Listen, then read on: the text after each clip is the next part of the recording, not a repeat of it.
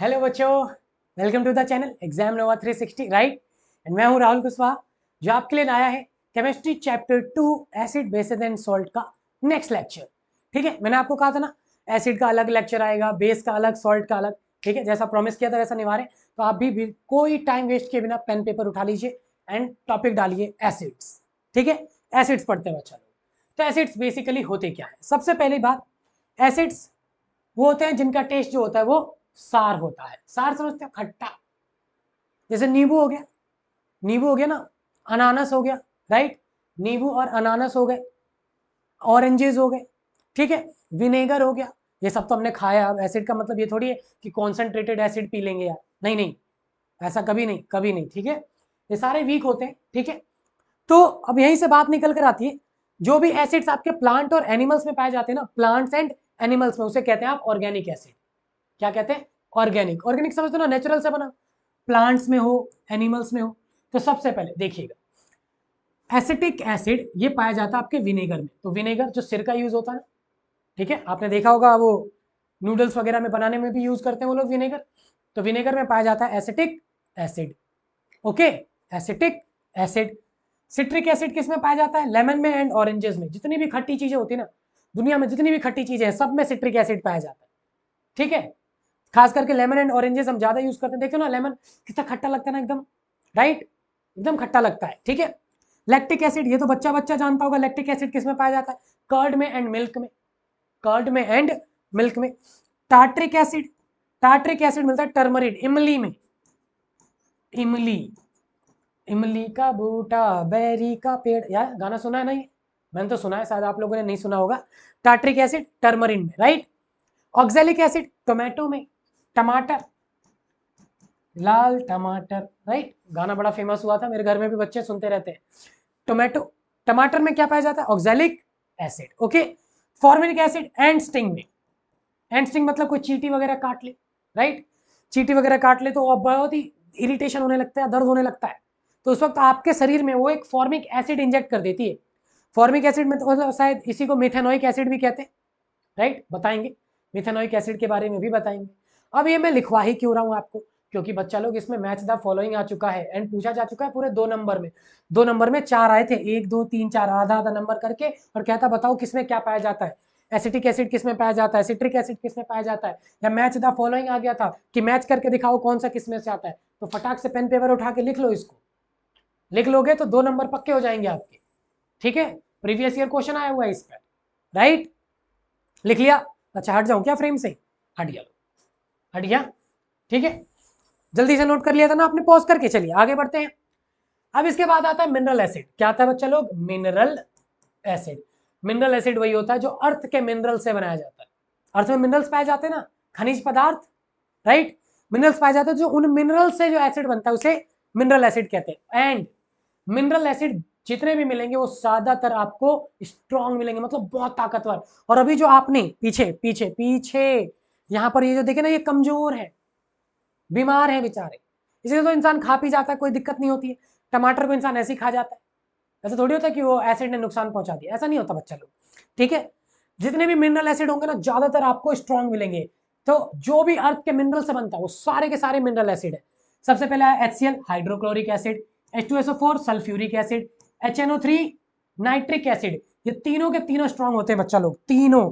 इसमें से बस एक ही वीक होता है और वो है ये कार्बोनिक एसिड, H2CO3। यही इकलौता है। अब क्वेश्चन इस पे भी आया हुआ है कि name a mineral acid which is weak, मतलब जो कमजोर होता है, H2CO3 कार्बोनिक एसिड। ओके, इसके बाद आपका आता है कॉन्सेंट्रेटेड एसिड। कॉन्सेंट्रेटेड एसिड वो होता है, जैसे आपके पेट में भी कॉन्सेंट्रेटेड HCl पाया जाता है, राइट। HCl ना हो तो खाना पचेगा ही नहीं, और HCl से प्रोटेक्ट करने के लिए आपके पेट में जो लाइनिंग होती है वो म्यूकस की, म्यूकस ना बने तो अल्सर नाम की बीमारी हो जाएगी, राइट। तो कॉन्सेंट्रेटेड जिसमें minimum possible amount of water हो, मतलब जिसमें ना मात्र पानी हो जिस एसिड में, उसी को कहते हैं कॉन्सेंट्रेटेड। और कॉन्सेंट्रेटेड एसिड होता है खतरनाक। ठीक है, पहले के जमाने में कॉन्सेंट्रेटेड एसिड कोई भी ऐसे खरीद लेता था। तो कॉन्सेंट्रेटेड एसिड का क्या मिसयूज हो सकता है ये सभी लोग बेहतर अच्छे बहुत अच्छे से जानते हैं, राइट। अब आप उसको खरीदने के लिए आपको आईडी वगैरह आइडेंटिफिकेशन देना होता है, तब जाके मिलता है। ओके, तो अब इसके बाद आता है डाइल्यूटेड एसिड। अब डाइल्यूटेड एसिड क्या है? अब कॉन्सेंट्रेटेड एसिड में ही पानी मिला दो, क्या मिला दो? पानी। तो उसी को कहते हैं डाइल्यूटेड। लेकिन लेकिन लेकिन लेकिन लेकिन बट परंतु ध्यान से सुनना, डाइल्यूटेड एसिड का मतलब है कॉन्सेंट्रेटेड एसिड प्लस वाटर। अब सवाल ये उठता है कि वाटर में एसिड मिलाएं, वाटर में एसिड या एसिड में वाटर, वाटर में एसिड या एसिड में वाटर, क्या किया जाए?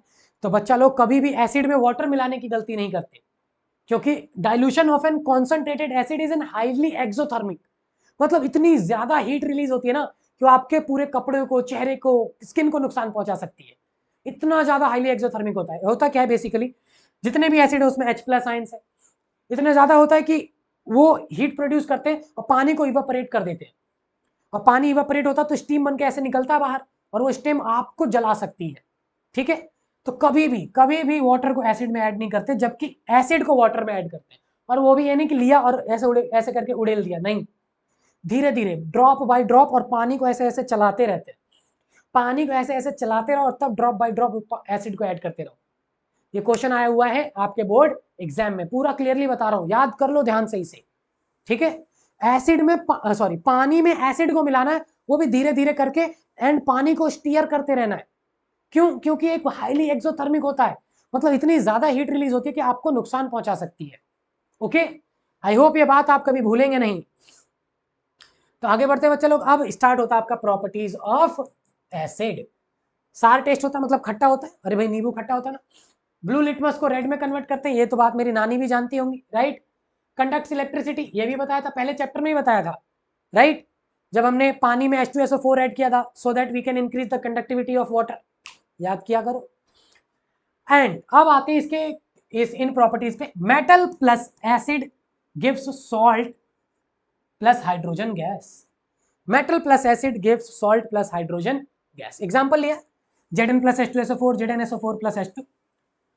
अब इस पे बोर्ड एग्जाम में क्या क्वेश्चन आया, ये जो एल्यूमिनियम फॉयल होता है उसमें खट्टी चीजें लेकर क्यों नहीं जानी चाहिए?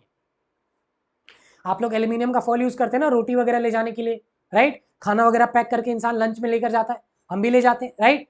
तो उसमें खट्टी चीजें क्यों नहीं ले जानी चाहिए? अब बच्चे लोग, खट्टी चीजों में होता है एसिड, और कोई भी एसिड जब किसी मेटल के साथ रिएक्ट करेगा तो बना देगा salt plus hydrogen gas, and this salt is not good for your health.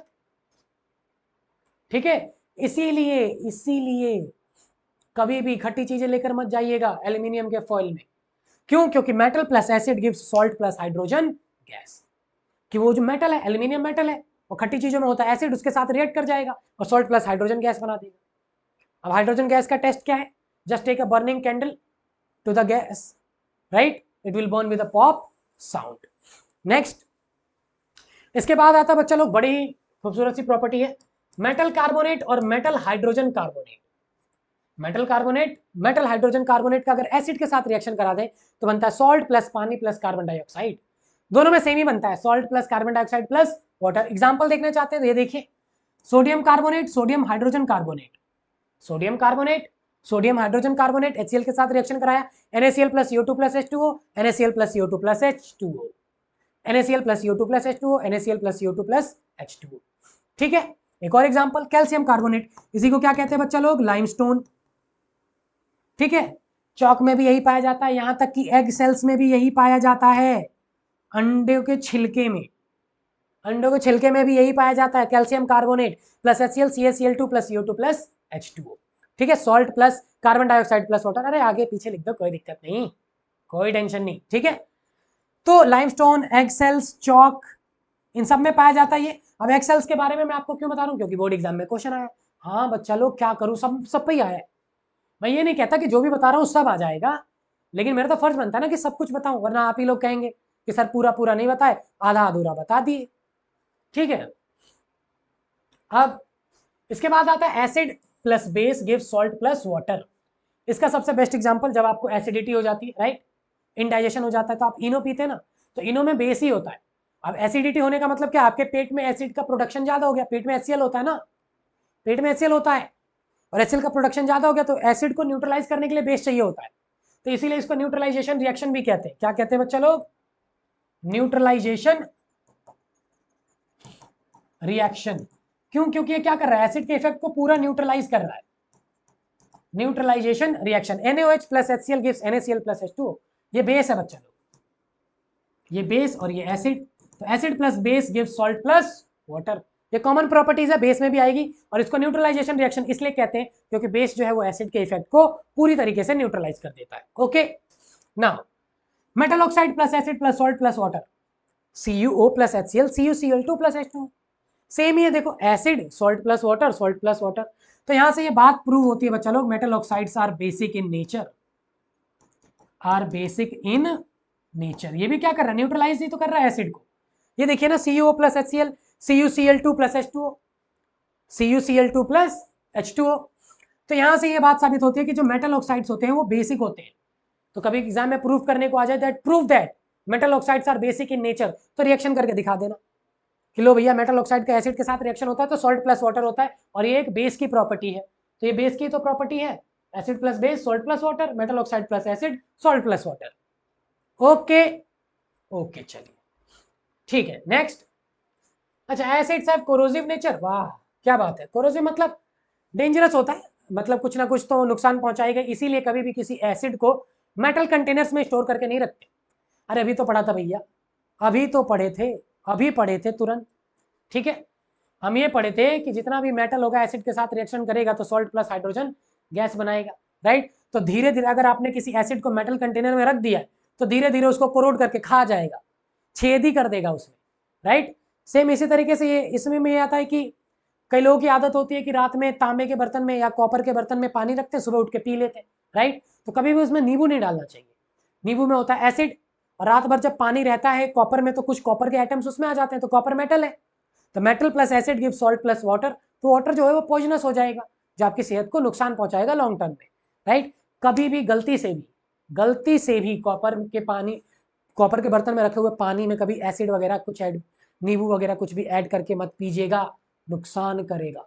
Okay, नुकसान करेगा, ठीक है।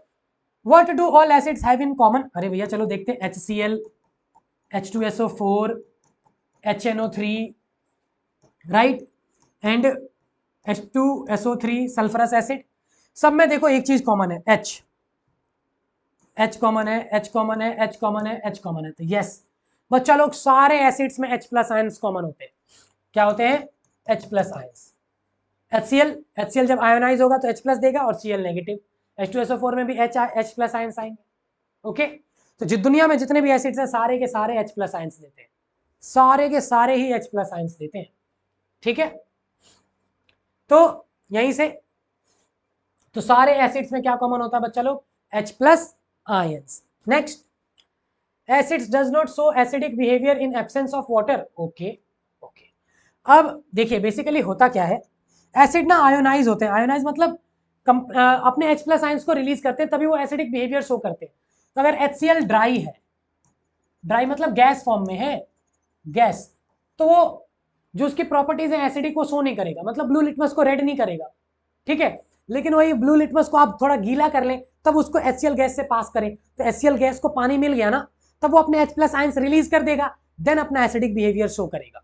ओके, तो एसिड्स को अपना एसिडिक बिहेवियर शो करने के लिए पानी की जरूरत होती है, ताकि वो आयोनाइज हो सके, अपने H प्लस आयंस को दे सके, अपने H प्लस आयंस को दे सके। इसीलिए HCl ड्राई फॉर्म में या गैसियस फॉर्म में एसिडिक बिहेवियर शो नहीं करता, वो कलर चेंज नहीं करता ब्लू लिटमस का, राइट।